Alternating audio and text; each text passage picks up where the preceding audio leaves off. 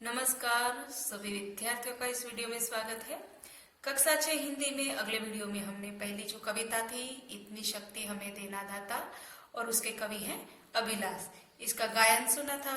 इसके साथ साथ हमने इसका भावार्थ भी समझा था। आज हम पाठ्य पुस्तक के आधारित प्रश्नों की चर्चा करेंगे इसी भावार्थ को लेकर, और भावार्थ को समझने के साथ साथ हम इसके प्रश्नों की चर्चा करेंगे।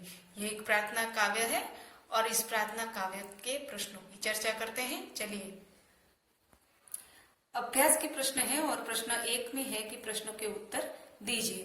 पहला प्रश्न है, मन का विश्वास कमजोर होना ऐसा कवि क्यों कहते हैं? तो मन का विश्वास यानी कि आपके मन में जो विश्वास है उसे बनाए रखने की यहाँ पर कवि बात करते हैं। आप भगवान को मानते हैं, भगवान पर विश्वास करते हैं, परंतु भगवान भी क्या कहते हैं कि मेहनत करो, अपने आप पर खुद पर विश्वास रखो तो मैं भी आपके साथ हूँ। इसी प्रकार लोग भगवान की शक्ति पर विश्वास करते हैं। वे मानते हैं कि भगवान दयालु है, सबका रक्षक है और भगवान के लिए कुछ भी असंभव नहीं है, वो चाहे कुछ भी कर सकता है।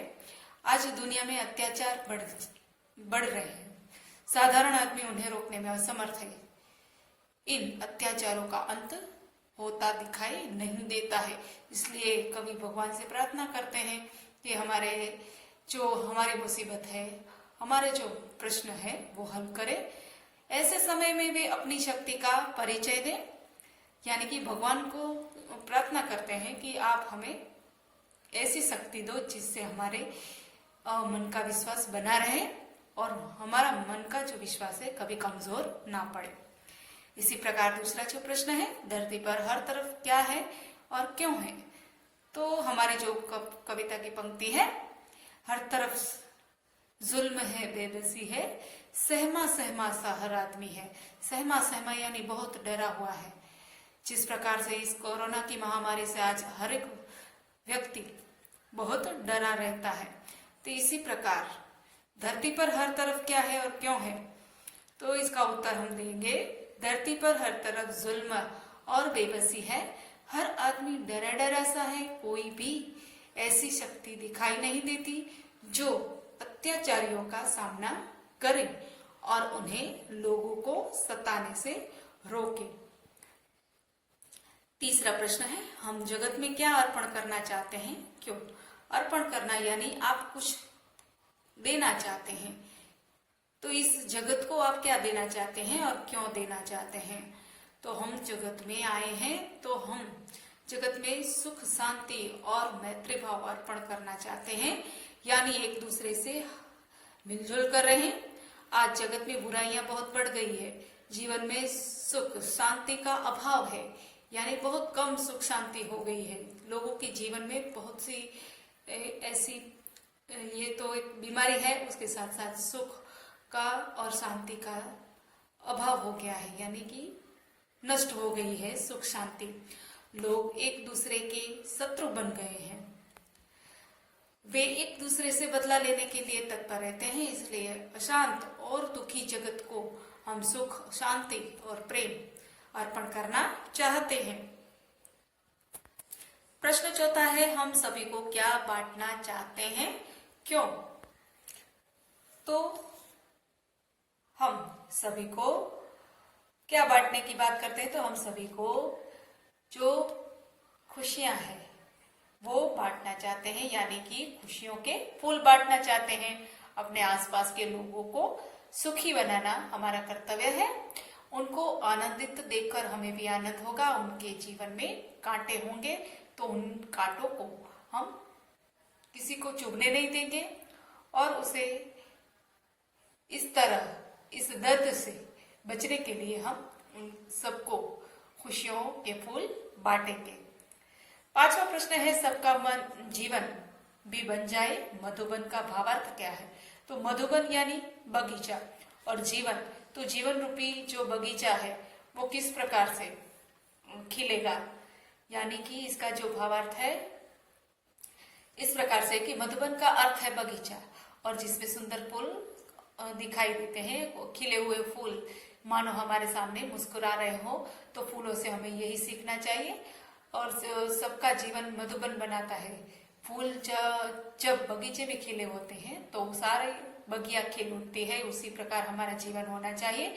हमें सबको खुशियों के फूल बांटने चाहिए। ये फूल पाकर लोगों के चेहरों पर उदासी नहीं रहेगी, उनका मन प्रसन्नता से भर जाएगा, वे आनंद और उल्लास का अनुभव करेंगे। इस प्रकार उसका जीवन सुखी बन जाएगा। जिस प्रकार खिले हुए फूल हंसते हुए दिखाई देते हैं, उसी प्रकार हमारा चेहरा भी खिले हुए फूलों की तरह होना चाहिए, जिससे हमारा जीवन मधुबन की तरह महक उठेगा। प्रश्न दूसरा है कि नीचे दिए गए खाली स्थानों में उचित शब्द भरते हुए वाक्यों को पूरा कीजिए। कोष्टक में ऐसे शब्द दिए गए हैं, उनका उपयोग करके हमें रिक्त स्थान की पूर्ति करनी है। तो कोष्टक में है क्योंकि, ताकि, और, की, लेकिन, फिर भी, या। तो आप इन रिक्त स्थान को पूरते समय या रिक्त स्थान को भरते समय ये ध्यान में रखें कि जो पहला वाक्य है कि राधा पढ़ने में तेज है, और उसके पीछे का जो वाक्य है उसको ध्यान में रखकर हमें रिक्त स्थान की पूर्ति करनी है, खेल में नहीं। इसलिए हम इस रिक्त स्थान को इस तरह से भरेंगे कि राधा पढ़ने में तेज है लेकिन खेल में नहीं। तो दूसरे वाक्य से पता चलेगा कि हमें रिक्त स्थान में कौन सा शब्द भरना है। दूसरे रिक्त स्थान है कि रोहित बहुत तेज भागा, वह गाड़ी पकड़ना चाहता था। तो हम इस रिक्त स्थान में वह शब्द भरेंगे क्योंकि, कि रोहित बहुत तेज भागा क्योंकि वह गाड़ी पकड़ना चाहता था। इसलिए हमें जो हमारा दूसरा वाक्य है उससे पता चलता है कि इस रिक्त स्थान में क्योंकि शब्द लगाया जाएगा। तीसरी रिक्त स्थान है सुरेश को बुखार था, वह स्कूल आया। तो वह फिर भी स्कूल आया, इसलिए इस रिक्त स्थान में फिर भी शब्द लगेगा। चौथी रिक्त स्थान है मैं समझता हूं कि वह क्या कहना चाहता है। इस प्रकार से हमें दूसरे वाक्य से पता चलता है रिक्त स्थान की पूर्ति किस प्रकार से करनी है। अब पांचवी रिक्त स्थान है आप चाय पसंद करेंगे या कॉफी। ये तो हम बिना सोचे ही लिख सकते हैं। छठी रिक्त स्थान है मैंने सुबह ही पढ़ाई कर ली ताकि शाम को मैं खेल सकूं। सातवीं रिक्त स्थान है अध्यापक रुक गए और लड़के के बोलने की प्रतीक्षा करने लगे। इस प्रकार से रिक्त स्थान भरने होंगे। अब यहाँ पर जो प्रश्न तीसरा है, निम्नलिखित विषय के बारे में अपने विचार व्यक्त करते हुए चर्चा कीजिए कि बारिश होनी चाहिए या नहीं। तो बारिश होते ही बहुत से फायदे भी हैं, और बारिश होने से क्या होता है, कीचड़ और गंदगी होती है और बीमारियां भी फैलती है। इसी प्रकार दोनों को आप वाद विवाद कहते हैं। इस प्रकार से बारिश होने से धरती हरी भरी होती है और बारिश होने से लाभ और उसका जो नुकसान होता है, यानी कि बारिश से ज्यादा बारिश नुकसान भी होता है। तो कीचड़ से गंदगी फैलती है। इस प्रकार से दोनों बातों को आपको वाद विवाद में लिखनी है। अब यहाँ पर प्रश्न चौथा है कि उदाहरण के अनुसार विशेषणों का उपयोग करके वाक्य बनाइए। आपको पता है कि विशेषण किसे कहते हैं और विशेषण शब्द किसे कहते हैं। तो सुंदर है वो विशेषण शब्द है। यहाँ पर उदाहरण दिया गया है कि कुछ कपड़े गंदे हैं। इस प्रकार से हमें वाक्य बनाने हैं। तो सुंदर है वो विशेषण शब्द है, और विशेषण शब्द किसे कहते हैं आपको पता है कि संज्ञा की जो विशेषता बताती है, बताने वाले शब्द को विशेषण कहते हैं। इसलिए सुंदर, तो यह लड़का सुंदर है, यह लड़की सुंदर है, यह फूल सुंदर है। तो संज्ञा बदल गई, लड़का लड़की ये संज्ञा है, फूल भी संज्ञा है, परंतु उसमें समानता क्या है, विशेषण शब्द है वो है सुंदर।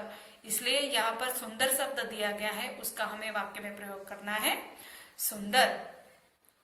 तो हम कह सकते हैं कि बगीचे में सुंदर फूल खिले हैं। 4, तो ये संख्यावाचक विशेषण है। तो क्लास में 4 लड़कियां गैर हाजिर थी। फिर है उसका ये सार्वनामिक विशेषण है। आपको पता है सर्वनाम वाले शब्द कौन से हैं। इस प्रकार से उसका है वो सार्वनामिक विशेषण शब्द है। तो यह बैग उसका है। फिर है थोड़ा, तो थोड़ा वो परिमाणवाचक, यानी कि प्रमाण सूचकता बताता है, वजन, प्रमाण, नापतोल की चीजें हैं वो परिमाणवाचक विशेषण में आती है। थोड़ा शब्द है वो परिमाणवाचक विशेषण है। तो घड़े में थोड़ा ही पानी था। लाल है वो रंग, तो रंग भी विशेषण विशेषता बताता है, वो विशेषण शब्द है। लाल रंग का रुमाल मेरा है। तीसरा, फिर से तीसरा और 15 ये दोनों ही संख्यावाचक विशेषण है। तो इसी प्रकार इसके वाक्य में आपको इन शब्दों को वाक्य में प्रयोग करने हैं। अब यहाँ पर जो संयुक्ताक्षर शब्द दिए गए हैं उसकी समझ हम व्याकरण विभाग में देखेंगे। स्वाध्याय के प्रश्न देख लेते हैं। प्रश्न 1 है, निम्नलिखित प्रश्नों के उत्तर लिखिए। तो नंबर 1 है, हमें कैसे रास्ते पर चलना चाहिए, क्यों? तो हमें अच्छाई के रास्ते पर चलना चाहिए क्योंकि इससे हमें जीवन में सुख और शांति मिलती है। दूसरा प्रश्न है, आने वाला कल कैसा होगा? तो हमारे जो कविता है उसके आधार पर आने वाला कल बीते हुए कल से अच्छा होगा। तीसरा प्रश्न है, हम ईश्वर से कैसे जिंदगी की कामना करते हैं, यानी कि इच्छा करते हैं। तो हम ईश्वर से यही मांगेंगे कि वह हमें जितनी भी जिंदगी दे वो भली जिंदगी दे।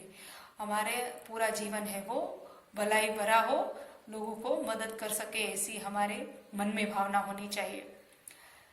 चौथा प्रश्न है, हमारे मन में कैसी भावना होनी चाहिए?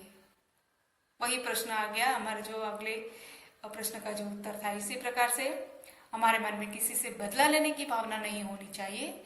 हर एक व्यक्ति के साथ हमें प्रेम भाव से पेश आना चाहिए। हमें किसके बारे में सोचना चाहिए? पांचवा प्रश्न है कि हमें ये सोचना चाहिए कि हम दूसरों के लिए क्या कर सकते हैं। हमें ये नहीं सोचना चाहिए कि हमें क्या मिला है। हम ये सोचे कि हमने दुनिया को, हमने दूसरों को क्या दिया है, यही सोचना चाहिए। छठा प्रश्न है, हमारा मन पावन कैसे बनेगा? तो हमारा मन पावन यानी कि पवित्र कैसे बनेगा? तो हमारा मन जो करुणा से भरा होगा, लोगों के प्रति दया भाव प्रेम रखेंगे, करुणा के जल से हमारा मन पावन बनेगा। सातवां प्रश्न है, कविता में कैसा जल बहाने की प्रार्थना की गई है, क्यों? तो कविता में फिर से करुणा का जल बहाने की प्रार्थना की गई है क्योंकि उससे हम सबका मन पवित्र बनेगा। और आठवां प्रश्न है, किसकी रचना का अंत नहीं होना चाहिए? तो प्रभु आपकी बनाई हुई इस दुनिया यानी कि रचना का कभी अंत नहीं होना चाहिए। तो इस प्रकार से ये एक एक वाक्य के उत्तर थे। प्रश्न दूसरा है कि उदाहरण के अनुसार समान तुक वाले, तुकांत यानी कि अंत में जो एक तुकांत वाले शब्द कहते हैं, जिस प्रकार से यहाँ पर लड़ाई ई वाला शब्द है, अंत में ई आना चाहिए। तो उतराई, कमाई, बुनाई, धुलाई, पढ़ाई, सिलाई। इसी प्रकार लताएं ए अंत में आता है, इसलिए अंत में ऐसे ए वाले शब्द बनाने हैं। तो खताएं, कथाएं, मालाएं, बालाएं। सुंदरता, मानवता, मोहकता, श्रेष्ठता और सफलता। इसी प्रकार ग्वालिन, मालिन, सुनारिन, तेलिन, दर्जिन। लिखावट,